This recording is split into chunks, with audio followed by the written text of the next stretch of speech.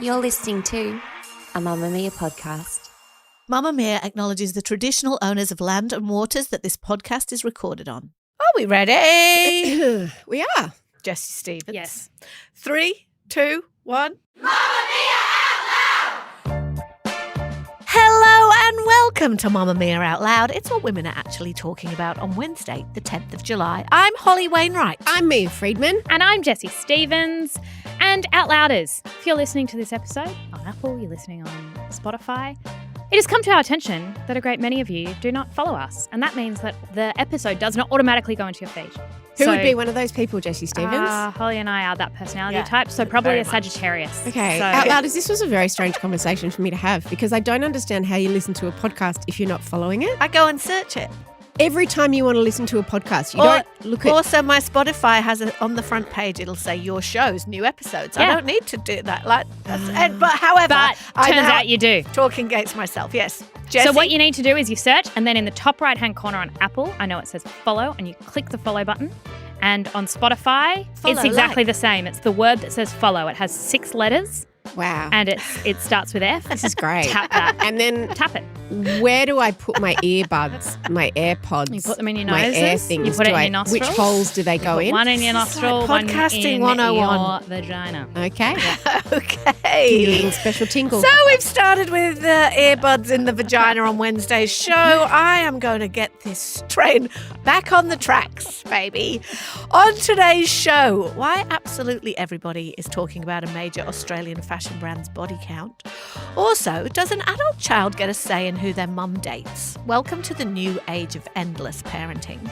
And people are posting strangers' gossip sessions on TikTok, and someone really needs to tell Sarah that all her friends hate her.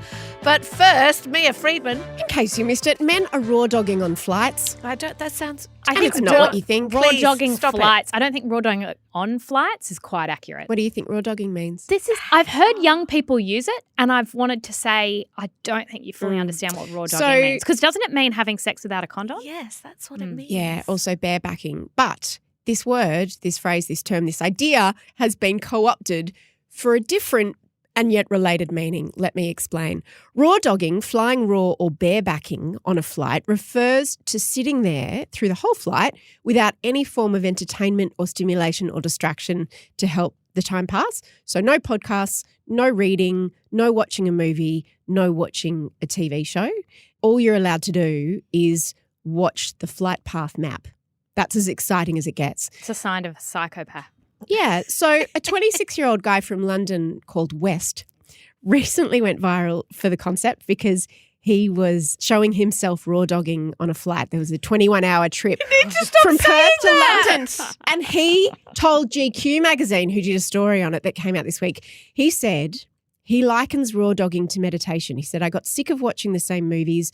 Visually, you are kind of impaired. You only get to look at the seat in front of you to your right or your left if you're at the window. All you hear is that drumming sound of the engine.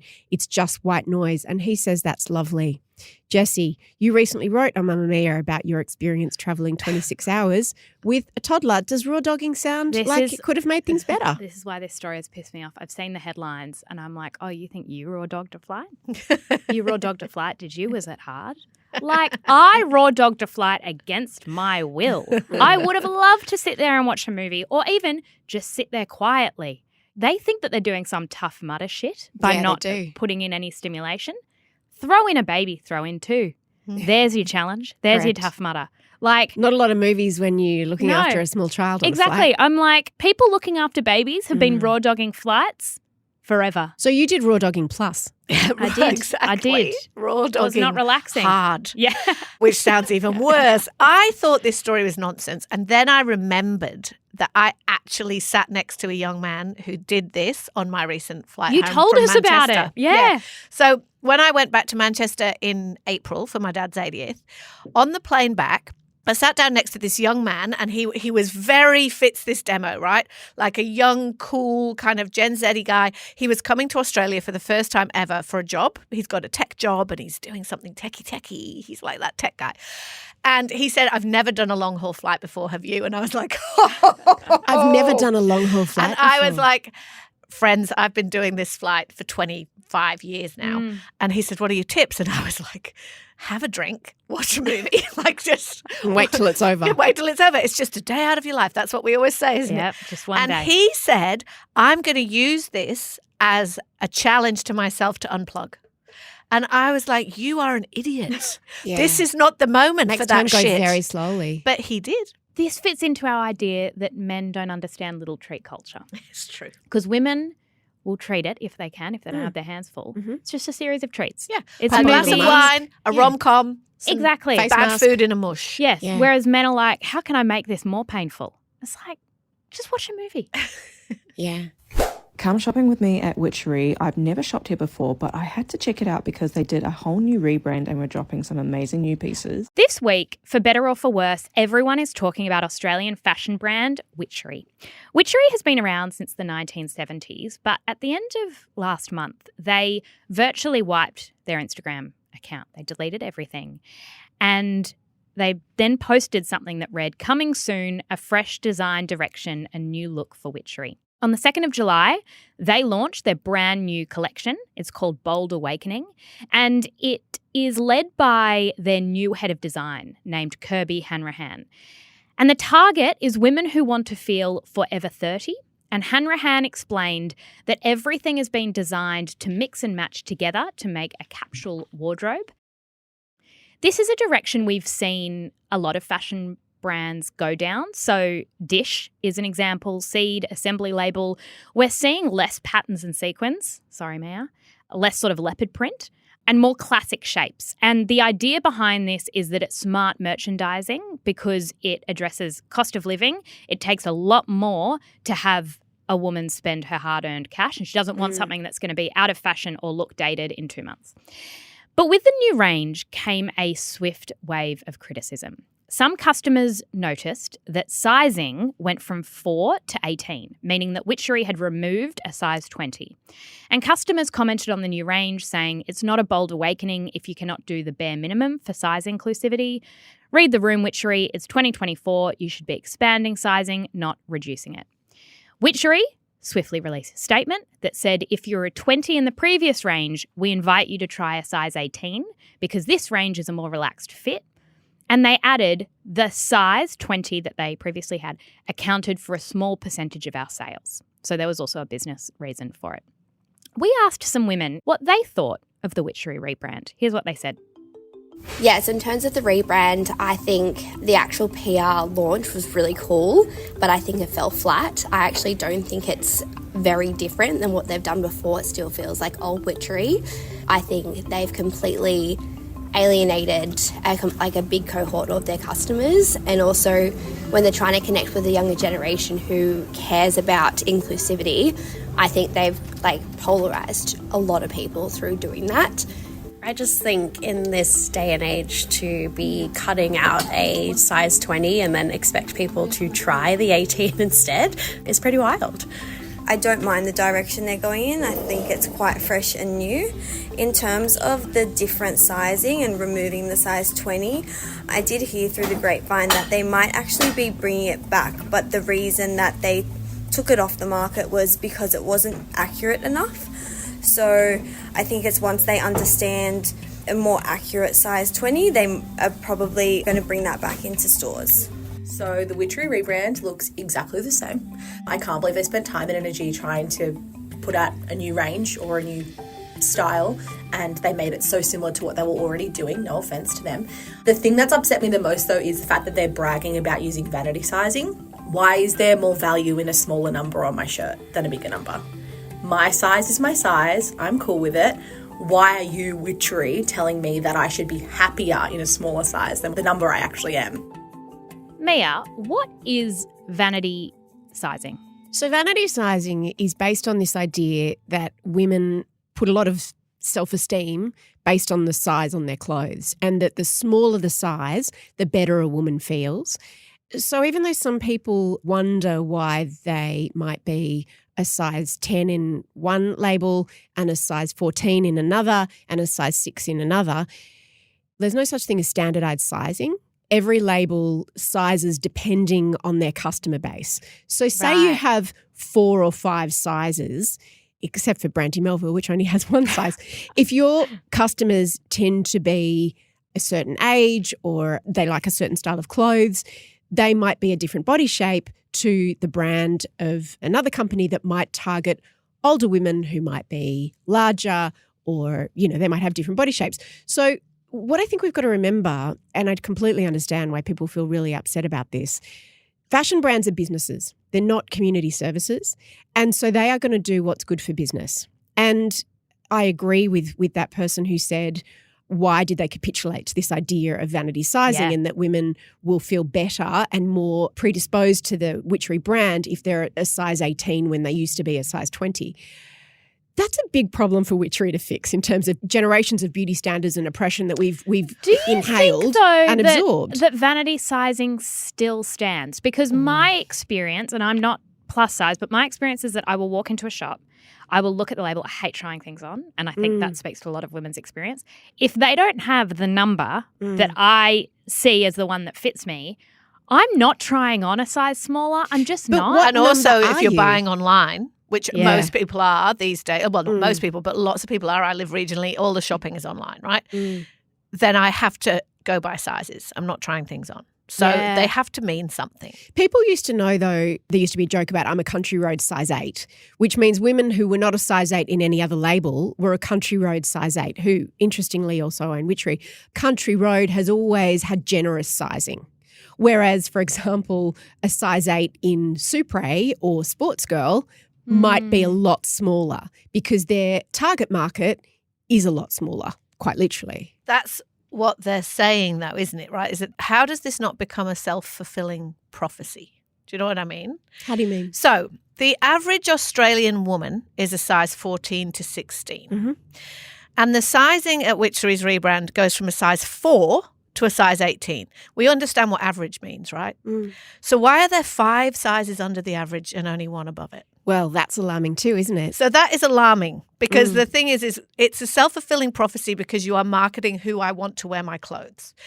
It doesn't matter whether the 18 is an 18 or a 20 or a 16 or whatever. By taking the 20 off the label, you are signaling to a portion of the population, you're not welcome in this shop. We don't make clothes for you. It doesn't really matter whether the clothes fit. It's what it says because they're saying 5 sizes underneath the average. We want you. Can you come in, please? Can you come in and wear our clothes? And that's why Hol, people are really upset because totally they feel understand. like a brand that they liked and trusted and thought was a mainstream brand that made relatively accessible clothes was for them. And they've just been told that they're not. And that's not great. So brands do this in lots of different ways. They tell you who their target market is. They do it with the music they play in stores. They do it with the people that they hire to work in their stores. They do it with, of course, their advertising, their social media, and they do it with their sizing. So I think that what Witchery is clearly, from a business point of view, taking all emotions out of it, what has been clear to them, it seems like their audience was aging out. And perhaps those people who were older were not buying enough clothes. And so they need to go for a younger demographic and they are trying to reposition themselves as younger and cooler. And by definition, that will be exclusionary. But younger and cooler people care about inclusivity in a way that older clients don't. You're right about that because younger people care about inclusivity even if they themselves will not buy that. 100%. So the question is from a business point of view, and I know a lot of small businesses struggle with this as well, this expectation that every business needs to have a really wide, inclusive size range.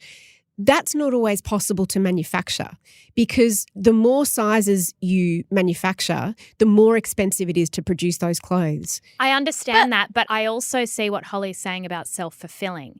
If I know that if I go to Westfield, I am not going to find in any shop something that fits me, I'm not going to go to Westfield. So I'm opting out.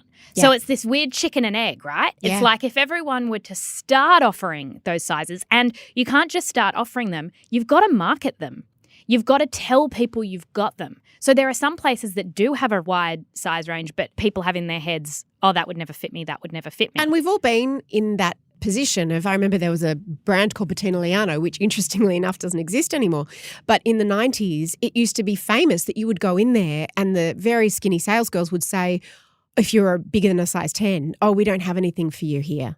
And I don't even think they went past a size 10. And that was very clearly they were trying to say we only want a certain type of people wearing our clothes. And again, I'm not defending this, I'm just explaining it. Because Brandy Melville is another example of that. There's only one size. But here's the thing that I don't understand about if this is just smart business. I don't see how it's possibly just smart business because they're still making the same size clothes if you believe their story. Their 18 is a 20. They've just changed the number. So they're not saving any money. They're not making any efficiencies. They're just making a very clear marketing call that we don't want bigger women in our shops. No, but they're not because the women who are size 20, they're saying, still come, still buy, but guess what? You've just gone down a size. Oh, but but going to this idea that they're appealing to a younger, cooler demo, the younger, cooler demo is unpicking this idea of vanity sizing. I'm talking to my teenager is buying clothes and she's buying online. As I say, we live regionally. Also, it's crazy because they're competing these brands with Temu and Shein and all these places where the clothes are so much cheaper and come in a much wider range of sizing. So it is really silly, this elitist approach. But also, it's this idea that younger people are just hang on a second. Let's unpack that for a second because what are we asking here? If you want to mass produce, yes, you can afford because you're going to reach millions and millions of people. It's going to be incredibly cheap. What things are happening in that production line to create that jacket that costs $8 from Temu? Yeah. They might have all sorts of sizes, but we know that. So these are business decisions. But as I've just said, they haven't changed their business model. They say their 18 is a 20. It's a marketing decision. And I get that that's a business decision. But my question is, if we're working hard to unpick, as one of our Vox Pop people said there, that a smaller number is a better number always. And I think that we really have been making headway there, particularly with younger people. So when I talk to my daughter, I'm like, well, you might buy this size or you might buy this size. It's got nothing to do with your body. It's to do with the way the clothes are made. I'm trying really hard not to give her a message that a 10 is better than a 12 is better than a 14. And so it just seems so regressive. Clothing labels have to have sizes, right? And it's interesting what you say, Jessie, about if you go in and you don't see anything in your size, the number you've got in my head.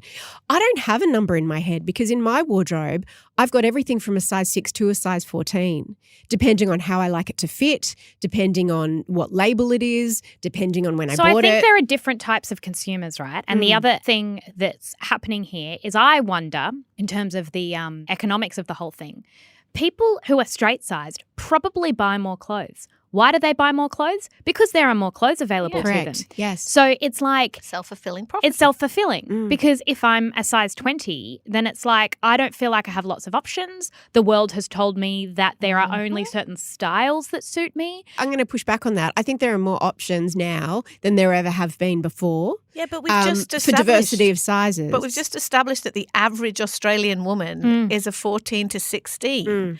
So that means that, like, the average is the middle. Think of the amount of people who are above that size and they're not being serviced. I think what's interesting here, as you said, Holly, and again, I'm not defending witchery, is the fact that 8 used to be the smallest size. The fact that we are now going down to a 4, what is that saying? Well, it's probably saying something about the teen segment or kind of the, 15, 16, 17. You used to go and almost shop as a child. Or I remember I did Supre, right? It was like I never shopped in the same shop as my mother. But now we kind of are. But on the size 14 to 16, I looked it up. I looked at Witchery's competitors. I couldn't find one of Witchery's competitors that went above a 16. So Witchery is already doing like one more, which isn't, to give them too much credit.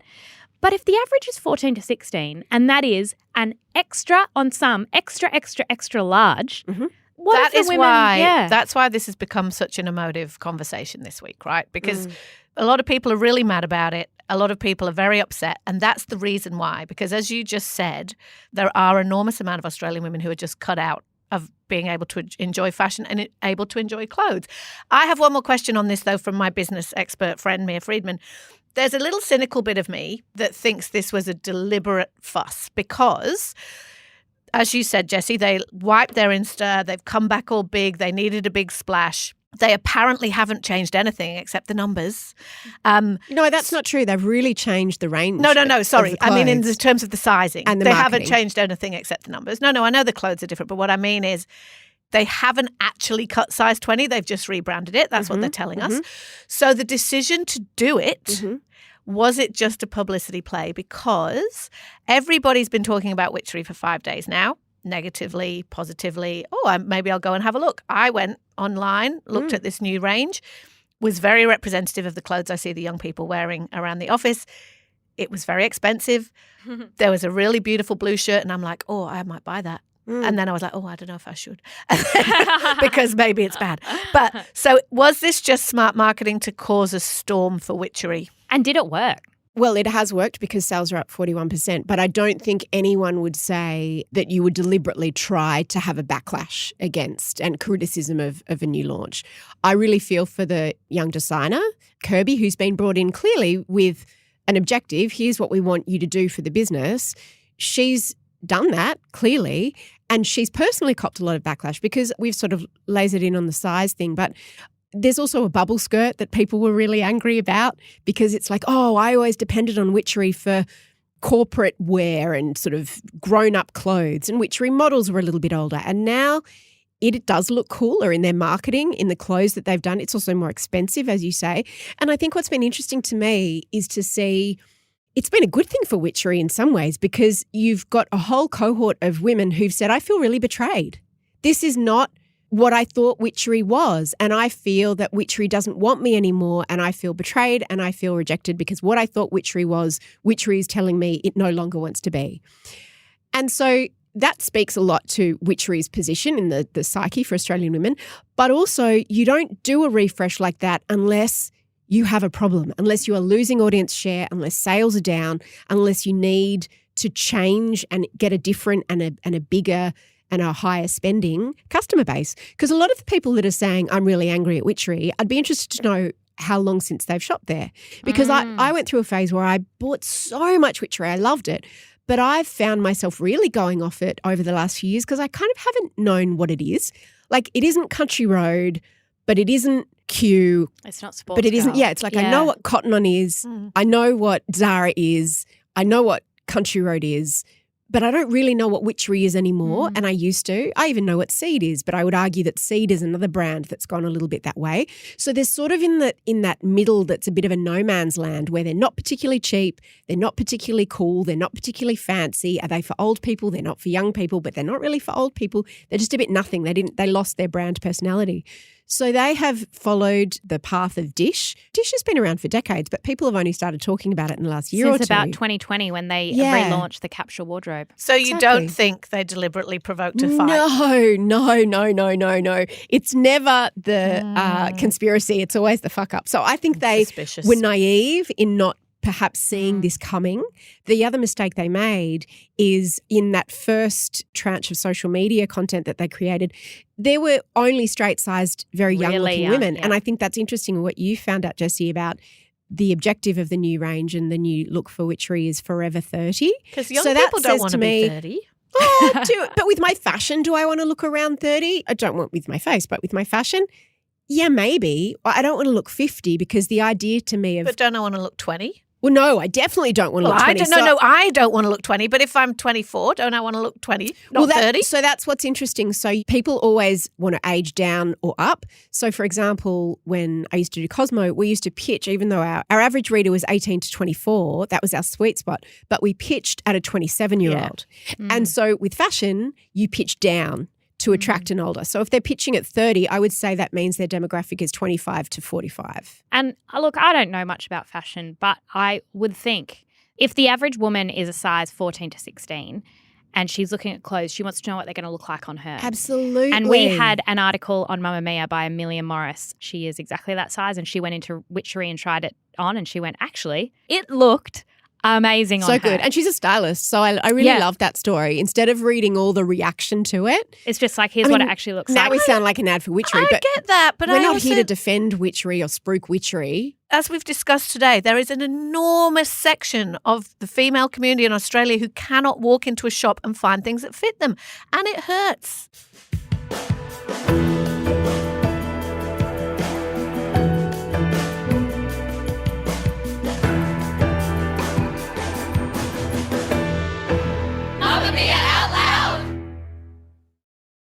We're putting the house on the market. What about us? You're adults. It's time you started acting like adults. Mom? It's taking children longer to grow up and become adults. You may have noticed, because most people think of parenting being something that you do for little kids. But a piece in The Atlantic this week has flagged that we are living in an age of endless parenting. This used to be called failure to launch. There was even a movie by that name about a 30-year-old who never moved out of home. And it referred to this idea of someone who didn't leave the nest and transition into that next life phase where you are meant to separate from your family of origin and perhaps go and start a family of your own and certainly become more independent. But it's no longer failure to launch. Now it's just normal. So 45% of young adults aged 18 to 29 reported living with their parents in a new Pew survey, making it the most common living arrangement for that age group for the first time since just after the Great Depression. Some people are freaked out by that number. I imagine Holly would be one of them. And they say that it is evidence of a mushrooming overdependence among a generation of hapless grown babies and of caregivers, parents, who can't, for God's sake, stop giving care. Well, the helicopter generation, right? Yeah, but it's also impossible to look at that stat and not also consider how expensive it is to move out of home, right? So That's it's true, like 'cause it there is. are a number of factors coinciding to make that the reality. Yes. But in terms of whether we should have an existential panic about the fact that more people are in more regular contact with their grown children than used to be the case, there's another angle in this story in The Atlantic that was written by Faith Hill, not the singer. She said, today's average parent-child bond does seem to involve near constant communication, yet it also comes with an intensified emotional closeness of the kind once reserved for friends and romantic partners.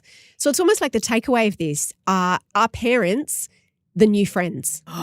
So this was very evident in a film Yes. that you both made me watch last night, which I'm really pissed off about. We're going to make you talk about it too in a minute. Tomorrow we're doing a subscriber episode on it. A family affair for any Outlouders who watched it. I know lots of people have been posting in the Facebook group about it. You don't need to have watched it to kind of understand the dynamic, which is that you've got Nicole Kidman, who's a woman. What do you think she's meant to be? 50, early 50s, early yeah. 50s. She has a daughter who's 24, and she is sort of pursuing this romantic interest, and her daughter is horrified and disgusted and angry, and it's this tension between being a good mother and dating someone that you like, right? What is he, like 20 years younger than you?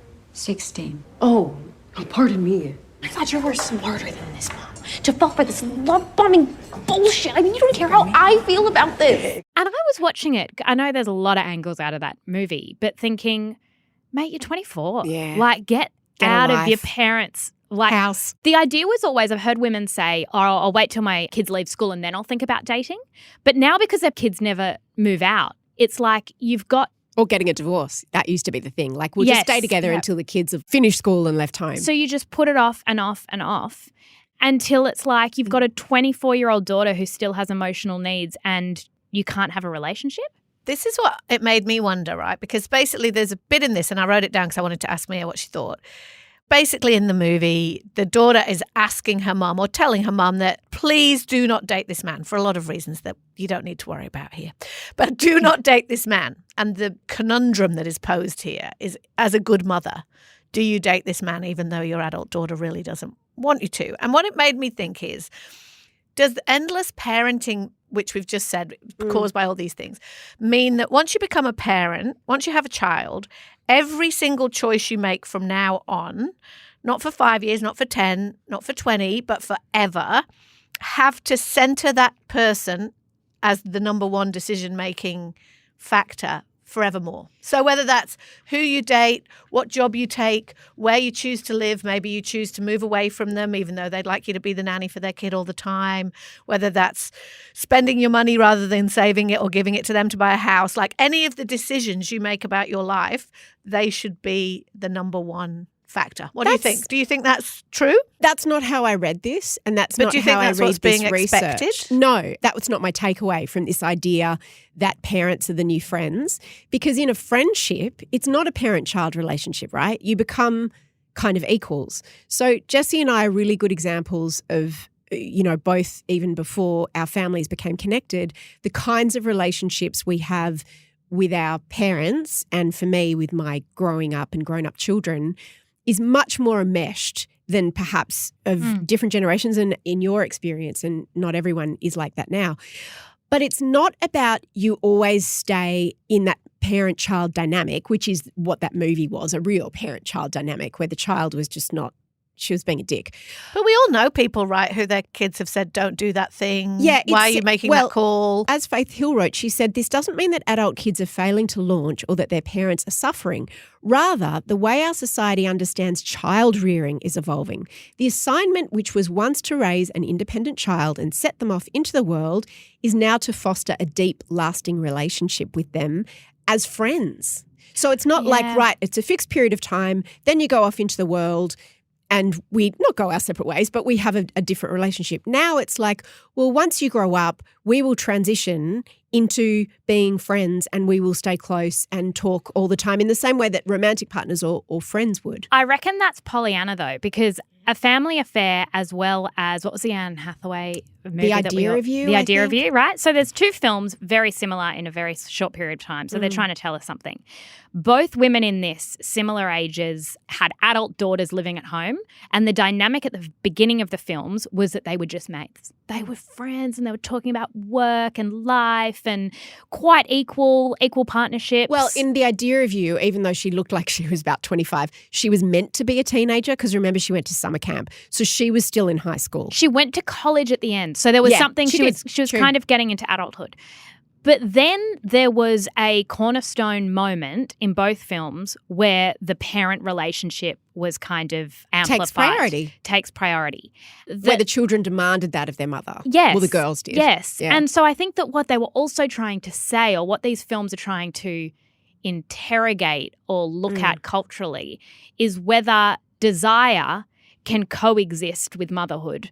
And the idea that it can is revolutionary, but it can only coexist if you are given permission from the child. Yeah, which exactly. is this really kind of sick codependency. And also, I find it really interesting, that idea that even once they're adults, you have to prioritize their needs. Like, I find that really interesting. Yeah, and in over your own. fact, because I was thinking with A Family Affair, right?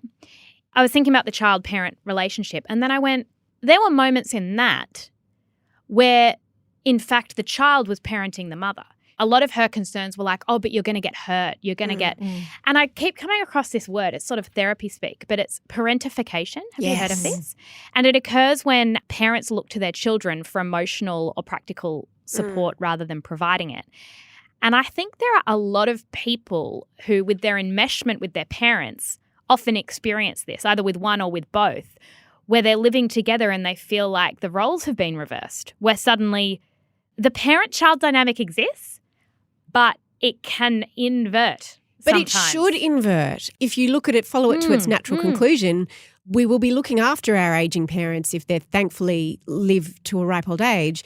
It does invert. And in its extreme forms, people talk about changing their parents' nappies at the end of life. That's in its extreme form. The way I see this is the onus isn't just on the parent to parent forever, because I agree with you. That sounds like a very bad deal, and be selfless and not be an actualized person. The onus is also on the young adult to stop seeing their parent as mummy and daddy and start seeing them as a woman or a man who has their own wants, needs, flaws. I think that's trickier than it's ever been, right? Because of what we've done to parenting over the past couple of generations, which is the model for motherhood, even as women's lives have become more crowded and more demanding with outside the house work and all those responsibilities. Our model of motherhood is still this all-consuming, self-sacrificing thing. The kind of ideal mummy on Instagram is she's only ever thinking of her baby, and she's only ever making amazing food for them from the, virgin organic pumpkins from wherever, like it's that model. And so we've made that the model of parenting that we like, and then we also seem to be extending the amount of time you're supposed to do it for.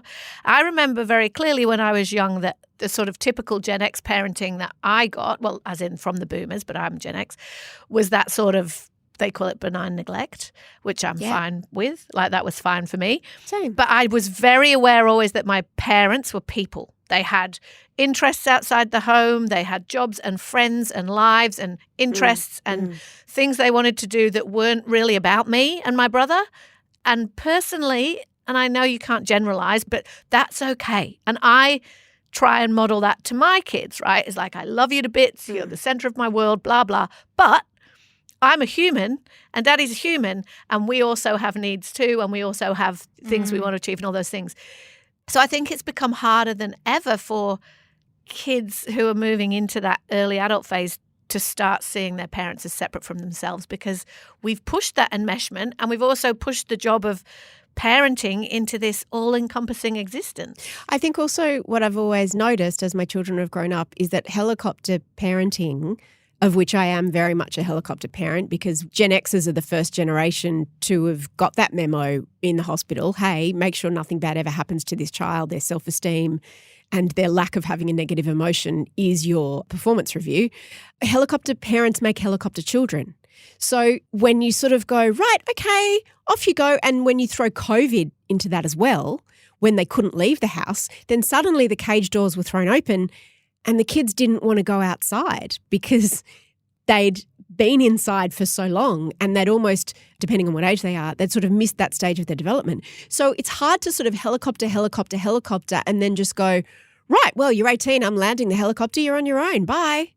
Because they're like, wait, what? I don't know. When I was growing up, I had a friend whose family, you had to move out at 18. That on your 18th birthday, you had to move out. That was and we all used to be kind of incredulous at that, but also there was a lot of grudging respect for it. And I was saying to Brent the other day, can we implement that? I don't know that we can, because like times have changed, things are expensive, but 21 surely, come on, out of the fucking house. Holly, you'll just move to a different state. I know you. I definitely will. And I won't tell them where. No forwarding address. I love you, but it's time for you to go. And if you don't, I will. Every Tuesday and Thursday, we drop new segments of Mamamia Out Loud just for Mamamia subscribers. Follow the link in the show notes to get your daily dose of Out Loud, and a big thank you to all our current subscribers.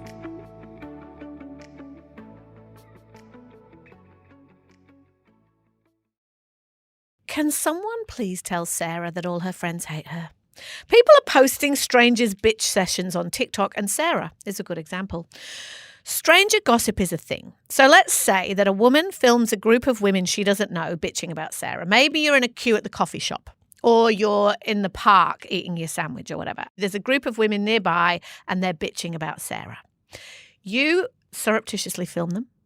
You post that video and you say, look at these bitches bitching about Sarah. If anyone knows Sarah, they should tell her, right? The arching assumption about this trend is A, stop the internet, I want to get off because and B, all gossiping is a bad thing, right? Having a little vent about someone in your life is bad and dirty, and it needs to be exposed immediately, and you need to be called out. Jessie, you love a gossip. I do. Please defend the women coming for Sarah. I'm going to defend gossiping and defend the people bitching about Sarah. Firstly, Sarah might, in fact, probably deserves it. I don't know Sarah's Sarah. objectively annoying. I think Sarah's a bitch. And in fact, I would like to know why Sarah's a bitch, and I could probably get involved. I don't know her, but like I have an opinion. Sarah tries too hard. Yeah. Sarah follows your ex on Instagram. Exactly. Sarah got that job you wanted. Sarah's got terrible taste in shoes. To me, this is like WikiLeaks. There are some things that need to be secret, and you don't need them spread all over the internet for the society to function and there not to be anarchy in the streets and in our group chats. We need some privacy to talk about people.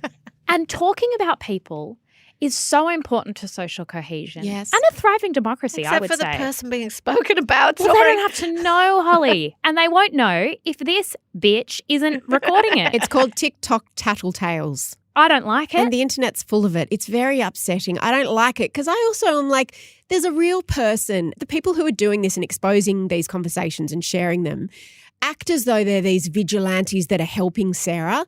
How's Sarah going to feel? They're ruining Sarah's day. Sarah and they're doesn't need to blowing up know that. her Like, friendships. it's only going to upset Sarah. And the thing about gossiping is that when you are talking to your friends about something that's occurred or you're prosecuting a dilemma you've had, what you're really doing is you're talking about morals and ethics and trying to understand the world around you. It's also a bid for connection. We've talked about bids. It's often It's a pebble. It's a pebble, thrown exactly. as a bid for connection. Where we're trying to You go, hate Sarah, I hate Sarah. let's This is- connect. yes. You're also going, I trust you enough to tell you I hate Sarah. So this is about trust. It's about venting. It's about taking off a certain amount of baggage. Look, it's not always good, but it's how a lot of connections Hang are on a formed. second. Can I It's ask a almost never question? good, let's be honest. Can I ask a question, right? And I know I'm playing Pollyanna in this situation. When you have sat down with your friend, sister, workmates, whatever, and had a really good bitch about somebody, like you've just Like sledged them. Me. Yeah, you've just sledged them for 20 minutes. Yeah. Do you walk out of that room feeling good, or do you walk out of that room feeling like you need a shower? Yes, that's how I feel. I feel like I need a shower. Whether it's in the room It or it's in a depends. group text. Good or in a shower. Absolutely shower. So I was reading this article on The Guardian recently about different types of friendships, right? You've got the common enemy friend, which means that you bonded over a shared hatred of someone or something. That's and very often at work. Yep. Now, whenever that person annoys you, you go, I'm going to go to them because that's our connection, right? And there's also another type of friend called the resting bitch friend. And they're harsher than you. I have a friend like this. She's harsher than me. So when you need to get something out that's mean-spirited and bitchy, you go to them and they take it one step further and you're like, yeah. Now, the common enemy friend, in defense, I have a friend at the moment that's not very well. She's going through a very, very hard time. We have a common enemy. And when she's having a bad day, You cheer her up with. I cheer her up Yeah. with a little bit of a chat. What a does little it bit offer? of a bitch about that common enemy. Yes. Yeah. Distraction. It's just a bit of distraction. It's a And bit of also fun. connection. It is. And again, it's going, I'm just going to test my reality here because what this person we're talking about is doing seems bizarre, seems unethical, seems mean, seems whatever. And you and I connecting over that is just giving you a second to not think about existential shit that's I love a little how bit you heavy. make this seem like you're doing Thank charity you. work. I Jessie. am. I'm gonna say two things about this quickly. Firstly, I do that too, but for a different reason. You know that Reddit thread, Am I the Asshole? Yeah. I'll often do it as a reality check where I will go and I will need to see how I feel about something mirrored back by someone else who will meet my intensity of irritation, frustration, loathing, anger. But am I the asshole is always really funny, right? Because you would only ever ask that question if you don't think you're being the asshole. If Yeah, you that's come true. to me and go, am I being the asshole? This person is a total bitch and punch me in the face. And that's what Am I mean. the- So you're looking for people to go. Validate. No, No. validation. So I'm looking for Yeah. validation. The second thing I'm going to say about this is that I have had a very clarifying experience many years ago where I was having a bitch with a mutual friend about someone else and my phone accidentally rang them. And they heard it. And it That's was my not worst great. nightmare. That's actually my worst nightmare. And it also sounded worse than it actually was. Like the part of the Did it though? conversation. Well, it did. The part of the conversation they heard sounded worse than the whole context of the conversation. Anyway, our friendship managed to survive that, but it Wow. was touch and go. And what it's done is that it's always been every time I'm bitching about someone I love, because sometimes, everyone fucks you off, right? Yeah. I'm always thinking about that. You're it's a thinking good about check. it, but I've seen you actually check your phone, and when you realise that it hasn't called, you turn just off get No, then I'll just turn my phone Okay. on silent. Here's and my take out thing. the battery. If we are operating from a position where we're going, bitching about people is fine, then we have to be fine with being bitched about. I am. That has I'm to be absolutely the thing. fine. None of my business. Because You've I been know on the you. internet, Holly. People don't do it behind your back. They do it literally on your own Instagram page. But I don't know if that's true, Jessie Stevens, because as discussed on this podcast more than once, you know how to hold a grudge. And I'm not convinced that if you overheard a couple of people bitching about you in the kitchen, they wouldn't go straight on your shit list. The issue is that they forevermore. bitched badly. But I'm also Because aware I could hear that you it. two must. I just know when you two are like, oh, that fucking bitch. Like she is such. Like I just know. Have you ever tried to bitch with Holly? She And doesn't that bitch with anyone. She's difficult to bitch Yeah. with. And you know what? I really value the people in my life. I've got quite a few of them who just dead bat you when you do it. And it's also quite frustrating in the moment, but ultimately it makes me a better person. I will be drawn because into then I it feel at times. ashamed of myself. It's very hard to draw you in ever, is. I Holly. don't It like a is. bitch. Jessie's much easier. I was listening to a podcast recently which elucidated to me why I need a good gossip every now and then. It was with a psychologist called Dr. Emily Musgrove. And she was saying that the people who gossip a lot, who bitch a lot, who complain a lot, are the people who don't know how to set boundaries. So your way of asserting your boundaries, so for example, Mia, because I can't do it to your face, what I'll do is I'll go and just bitch to Holly about the ways in which you overstepped my boundaries. Instead of going, Mia, you're always late. Can you just, and you always interrupt. Instead of being able to say that to me, that's you'll harder. just say. That's harder, right? Like I was going to say, have you noticed how cranky Holly's been lately? And then I thought, I'll just say it to Holly.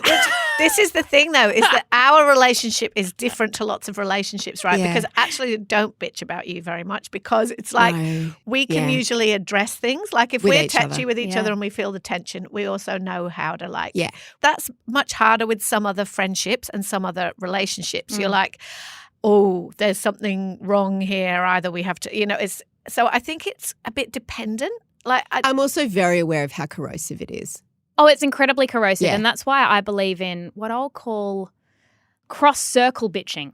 So what I'll do... Jessie's got a Venn diagram of bitching in order to of who you can bitch with, right? You don't bitch with family to family. You don't bitch with work to work.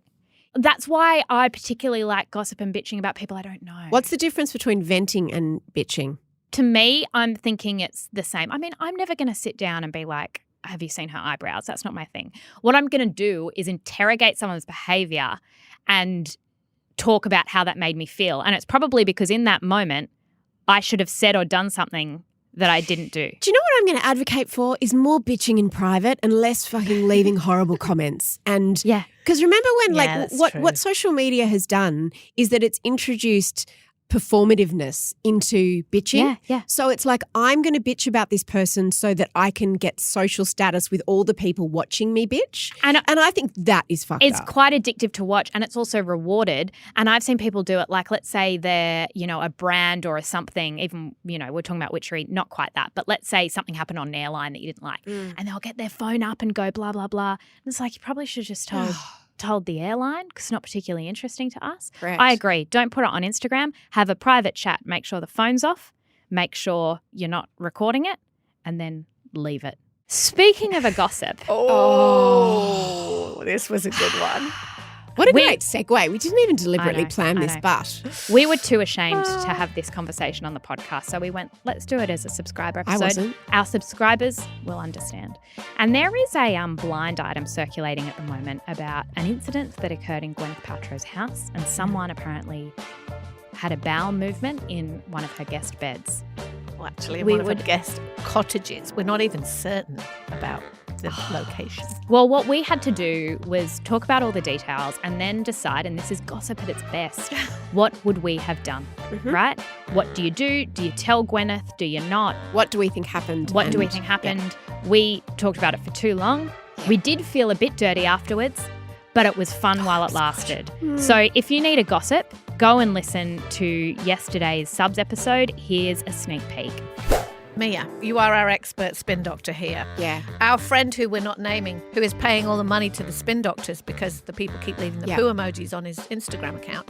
What is he being advised to do right now? I've read that he'd fled and left the sheets there. I can't believe that anyone would do that because obviously Gwyneth knew who was sleeping in that bed. Everyone knew.